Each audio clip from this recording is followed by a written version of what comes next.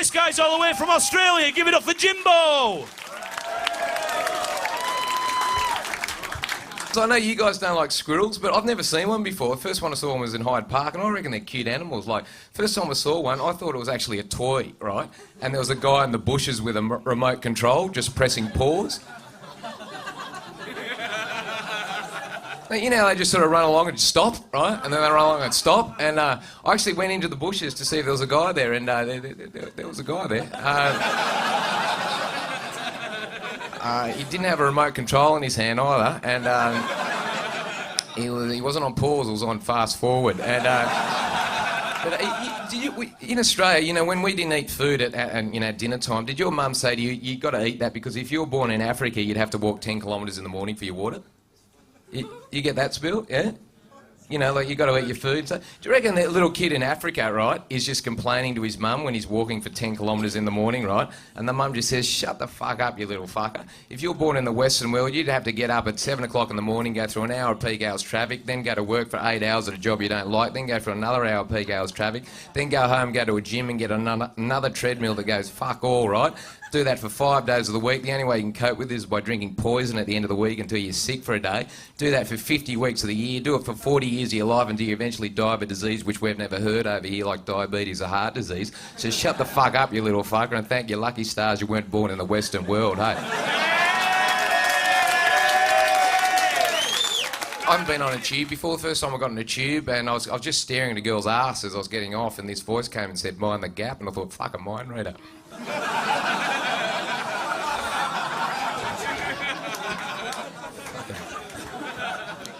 But, you know, the tube, I talk about the tube. I've been fascinated with the tube over here, and I'll do a little bit. So I went up to this girl, I just said, gee, you got whopping nice tits. Any chance I can stick my Piccadilly into your shepherd's bush? She said, well, last time I fucked an Aussie, had too much to drink and couldn't get at Upton. I said, don't worry, I don't suffer from cockfosters. She said, there is one fantasy I like. Can you take me upstairs and Marley bone me up the crouch end? And when you're coming down the home straight, can you roo slip your cock out and then turn my face into White City?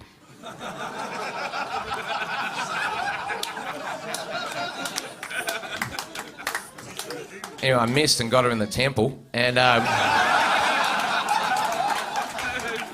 boy, was she King's Cross. And yeah, so to calm her down, we had smoked some Golders Green, and we got Highgate. We actually got Hammersmith, and